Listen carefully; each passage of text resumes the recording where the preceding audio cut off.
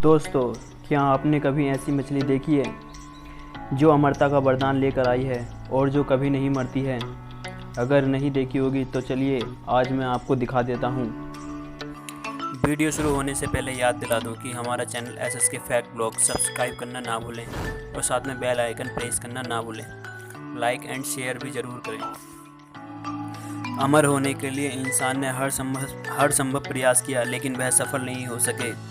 जब हम आकाश की छानबीन कर रहे थे, विज्ञान की किताबों के पन्ने पलट रहे थे और धरती के सभी कोनों की खाक छान रहे थे, तब कौन जानता था कि अमरता का रहस्य समुद्र के अंदर तैर रहा था, जिसे हम जेलीफिश कहते हैं। जब हम जेलीफिश के बारे में सोचते हैं, तब हम में से ज़्यादा लोग अपने दिमाग में इसके जीवन के दूसरे चरण मेडूसा स्टेज की छवि बनाते हैं।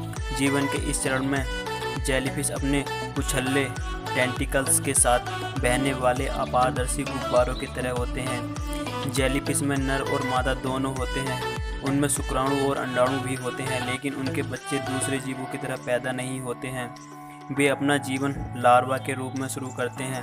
लार्वा छोटे शिकार की तरह होते हैं जो पानी में बहते रहते हैं और चिपकने के लिए किसी चट्टान या किसी आसान चीज़ की तलाश करते हैं। एक बार जब वे अपने लिए सुदृढ़ जगह ढूंढ लेते हैं, तब उसके लार्वा पोलिप में बदल जाते हैं। ये पोलिप अपना क्लोन खुद बनाते हैं और लगातार बनाते रहते हैं।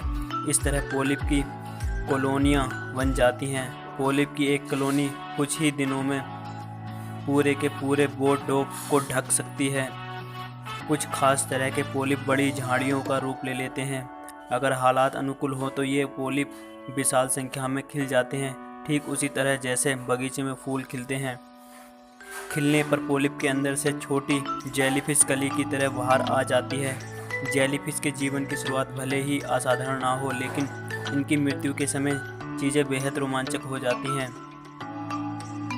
मेडूसा अमर जेलीफिश टूरिटोपिस डोहरनी जब मर जाती है, तब उसका शरीर समुद्र की टहनी में चला जाता है और धीरे धीरे सड़ने लगता है।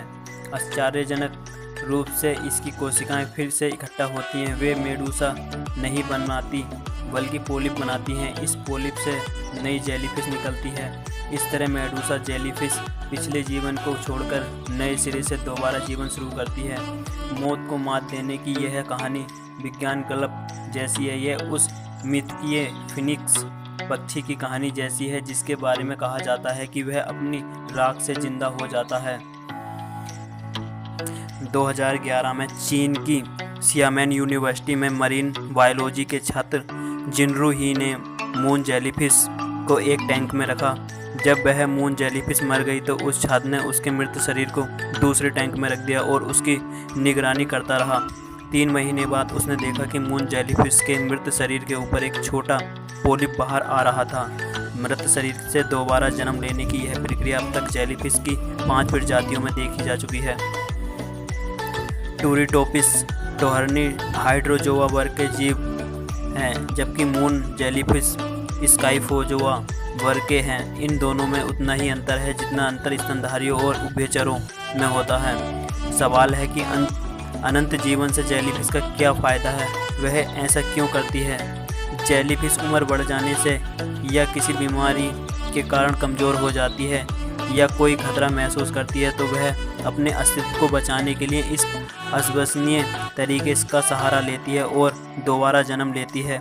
एक बार जब यह प्रक्रिया शुरू होती है तो वह जेलीफिश की घंटी और इसके टेंटिकल्स गलने लगते हैं। यह फिर से पोलिप में बदल जाती है। पोलिप किसी सतह के साथ चिपक जाते हैं। नए शरीर की कोशिकाएं पहले से अलग होती हैं और वे नए शारीरिक संरचना का निर्माण करती हैं। जेलीफिश यह प्रक्रिया बार बार दोहरा सकती है। दोस्तों, आपको यह वीडियो कैसी लगी हमें कमेंट में ज़रूर बताएं और हमारा channel SSK fact blog subscribe जरूर करें और साथ में बेल आइकन प्रेस करना ना भूलें।